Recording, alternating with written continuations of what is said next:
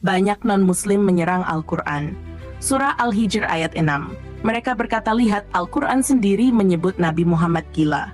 Padahal itu hanyalah fitnah karena kebodohan semata. Jika kita membaca ayat-ayat sebelumnya, jelas sekali konteks yang sebenarnya. Allah membuka surah Al-Hijr dengan ayat pertama. Alif Lam Ra, inilah ayat-ayat kitab yang nyata. Kemudian di ayat kedua, orang-orang kafir akan sering berharap, andai saja mereka dulu menjadi orang muslim. Ayat ketiga, biarkanlah mereka makan dan bersenang-senang, dan dilalaikan oleh angan-angan, maka kelak mereka akan tahu akibatnya. Dan ayat keempat, tidak ada suatu negeri pun yang kami binasakan, melainkan sudah ada ketentuan waktunya yang pasti.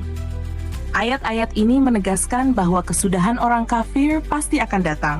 Tidak ada yang bisa menolak takdir Allah. Lalu datang ayat kelima. Tidak ada suatu umat pun yang dapat mendahului ajalnya, dan tidak pula dapat menangguhkannya. Ayat ini membuat kaum Quraisy tidak berdaya menghadapi hujah Allah. Karena tak sanggup melawan, mereka menyerang pribadi Nabi Muhammad. Maka Allah abadikan ucapan mereka dalam ayat 6.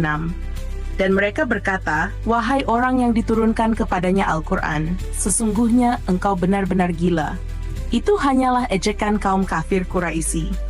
Mereka tidak mampu menolak kebenaran, maka mereka memilih menghina pembawa risalah. Kemudian mereka menantang lagi dalam ayat 7. Mengapa kamu tidak mendatangkan malaikat kepada kami, jika kamu benar? Allah menjawab dalam ayat 8. Kami tidak menurunkan malaikat, melainkan dengan kebenaran.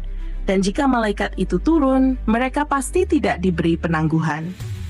Artinya, bila malaikat benar-benar diturunkan, maka azab langsung datang. Tidak ada kesempatan lagi untuk bertaubat. Dan Allah menutup rangkaian ini dengan janji agung dalam ayat 9. Sesungguhnya kamilah yang menurunkan Al-Quran, dan sesungguhnya kami benar-benar menjaganya.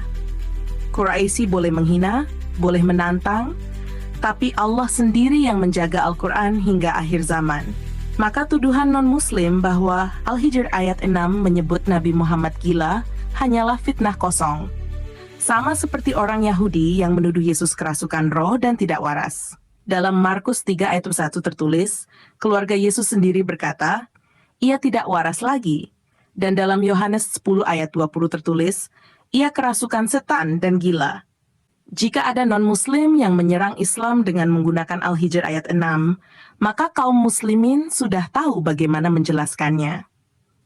Bahwa ayat itu adalah kutipan ejekan orang kafir Quraisy yang Allah abadikan untuk menunjukkan kebodohan mereka